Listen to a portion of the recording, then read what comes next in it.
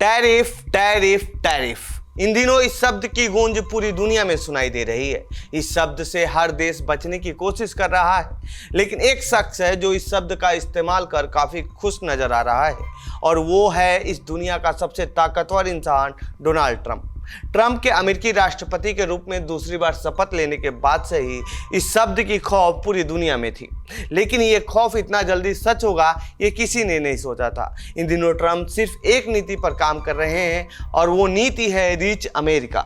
ये नारा the great America के तर्ज पर बनाया गया है। ये नारा अमेरिकी राष्ट्रपति चुनाव के दौरान सुनने को मिला था, और अब इस नारे को ट्रंप सच करते हुए दिखाई दे रहे हैं।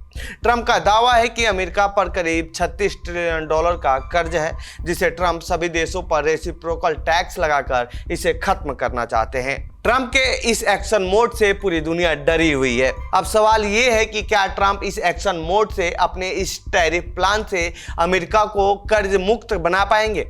तो आइए जानते हैं इस रिपोर्ट में इस टैरिफ प्लान के बारे में। टैरिफ क्या होता है? दरअसल आयात यानी किसी देश से अपने देश में लाने, या फिर यूं कहें कि किसी दूसरे देश की वस्तु को अपने देश में बेचने की प्रक्रिया को आयात कहा जाता है।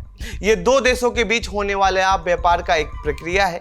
इस दौरान आप अपने देश की वस्तु को दूसरे देश में बेचते हैं तो वह देश एक कर लगाता है। इसे ही टैरिफ कहा जाता है। जैसे कि भारत किसी एक्स वस्तु का उत्पादन करता है और वाई देश को बेचता है, इसके लिए वाई देश एक्स देश की वस्तु पर कुछ चार्ज लगाता है, जिसे टैरिफ कहा जाता है, या फिर इसे इंपोर्ट ड्यूटी भी कहा जाता है।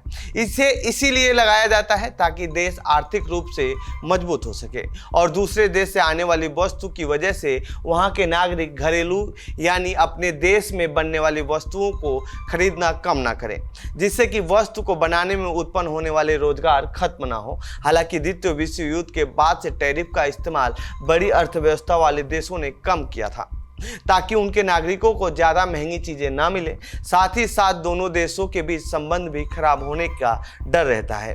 लेकिन डोनाल्ड ट्रंप ने अमेरिका पर बढ़ते कर्ज को खत्म करने के लिए अमेरिका के साथ व्यापार करने वाले लगभग सभी देशों पर टैरिफ लगाने का ऐलान कर दिया है। उनका मानना है कि ये देश अपने सामान अमेरिका में बेचते हैं, लेकिन अमेरिकी सामानों को बहुत कम खरीदते हैं, जिससे अमेरिकी कंपनियां या तो घाटे में जा रही हैं या फिर अपना कारोबार यहाँ से समेट रही हैं, ताकि उन्हें टैरिफ ना देना पड़े। इसका नतीजा ये हो रहा है कि अमेरिका में बेरोजगारी और कर्ज बढ़ता जा रहा है। व्यापार घाटा को कम कर अमेरिका को रिच बनाना चाहते हैं ट्रंप। जब कोई देश अपने आयात से ज़्यादा निर्यात करता है तो इसे ही व्यापार घाटा कहा जाता है। यानी कोई एक्स देश 200 रुपये का सामान बेच रहा है और वह 500 रुपये का सामान खरीद रहा है, तो उसे 300 रुपये का व्यापार घाटा होगा। इसको बराबर करने के लिए कई बार सामने वाला देश टैरिफ लगाते हैं, ताकि उनका व्यापार घाटा संतुलन बना रहे। इसका सीधा फार्मूला ये है कि एक्स देश जो वस्तु उत्पादन कर रहा है उसका डिमांड वाई देश के उत्पादन से ज़्यादा हो। ऐसे में जब सामने बेचने वाले देश के सामानों पर टैरिफ लगाया जाता है तो वो सामान महंगी हो जाती हैं, और उसे खरीदने के बजाय लोग अपने देश में उत्पन्न वस्तुओं की तरफ अट्रैक्ट होते हैं, जिससे बाहर देश की वस्तुओं का डिमांड कम होने लगता है। इस दौरान कुछ समय के लिए देश के नागरिकों को नुकसान तो झेलना पड़ता है, लेकिन कुछ समय बाद अधिकांश मामलों में ये फायदेमंद होता है, और इस समय ट्रंप रेसिप्रोकल टैक्स लगाकर यही करना चाहते हैं। इससे बहुत से देशों में बेरोजगारी, महंगाई बढ़ने का खतरा बढ़ गया है। डोनाल्ड ट्रंप के इस रेसिप्रोकल टैक्स के खिलाफ चीन खड़ा हो गया है। चीन ने अमेरिका पर रेसिप्रोकल टैक्स के खिलाफ 34% अमेरिका पर टैक्स लगा दिए हैं। ट्रंप के राष्ट्रपति बनने के बाद ही ऐसा क्यों हो रहा है? टैरिफ ट्रंप के इकोनॉमिक्स प्लान का हिस्सा है। उनका कहना है कि टैरिफ से अमेरिकी मैन्युफैक्चरिंग को बढ़ावा मिलेगा और रोजगार बढ़ेगा, टैक्स रेवेन्यू बढ़ेगा और इकोनॉमी बढ़ेगी। 2024 में अमेरिका में आयात का 40% से अधिक हिस्सा चीन, मैक्सिको और कनाडा से आए सामानों का था। कम टैरिफ से अमेरिका को व्यापार घाटा हो रहा है। 2023 में अमेरिका को चीन से 30.2%, मैक्सिको से 19% और कनाडा से 14.5% व्यापार घाटा हुआ। कुल मिलाकर ये तीनों देश 2023 में अमेरिका के $670 अरब यानी करीब 40 लाख करोड़ रुपए के व्यापार घाटे के लिए जिम्मेदार हैं। ट्रंप सरकार इसी घाटे को कम करना चाहती है, इसीलिए 4 मार्च 2025 से मैक्सिको और कनाडा पर 25% टैरिफ लागू किया।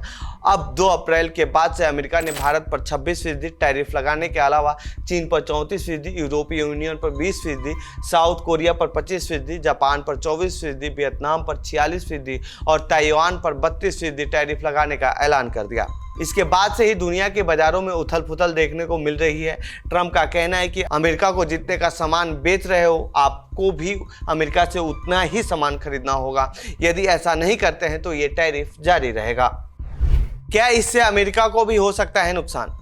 ऐसा नहीं है कि अमेरिका के टैरिफ प्लान से उसे नुकसान नहीं हो रहा है। सबसे नुकसान अमेरिका के नागरिकों को ही उठाना पड़ रहा है। अमेरिकी सरकार जिन वस्तुओं पर टैरिफ लगा रही है, कंपनियां इस टैरिफ की कीमत वहां के लोगों से वसूल रही है। ऐसे में अमेरिका में भी ट्रंप के इस प्लान का विरोध हो रहा है। दुनिया के 60 से भी अधिक देशों के खिलाफ टैरिफ बढ़ाने की वजह से जो चीज़ें अमेरिकी नागरिकों को सस्ती मिल रही थी, अब वो महंगी हो गई हैं। अमेरिका की टेक कंपनियों के शेयर में भारी गिरावट आई है। हालात यह हो गई है कि दुनिया में अब तक $3 ट्रिलियन वैल्यूएशन वाली कोई कंपनी नहीं रह गई है। कुछ समय पहले तक कई कंपनियां इसमें शामिल थीं, लेकिन अब वे अपने पीक से कहीं नीचे आ चुकी हैं। 19 फरवरी से अब तक अमेरिकी शेयरों की वैल्यू $13 ट्रिलियन गिर चुकी है। केवल मैन्युफैक्चरिंग 7 कंपनियों को ही $5 ट्रिलियन से अधिक की चपत लगी है। ऐसे में वहां पर भी हाहाकार मचा हुआ है। ऐसे में अब देखना होगा कि ट्रंप इस टैरिफ प्लान को कब तक जारी रखते हैं। तो ये थी ट्रंप के टैरिफ प्लान से मचे हाहाकार से जुड़ी हमारी रिपोर्ट। आपको कैसी लगी है रिपोर्ट कमेंट बॉक्स में बताएं। साथ ही इस पूरे मामले पर आप क्या कहना चाहते हैं कमेंट बॉक्स में लिखें। बाकी देश दुनिया की खबरों के लिए बने रहिए जनसत्ता के साथ। धन्यवाद।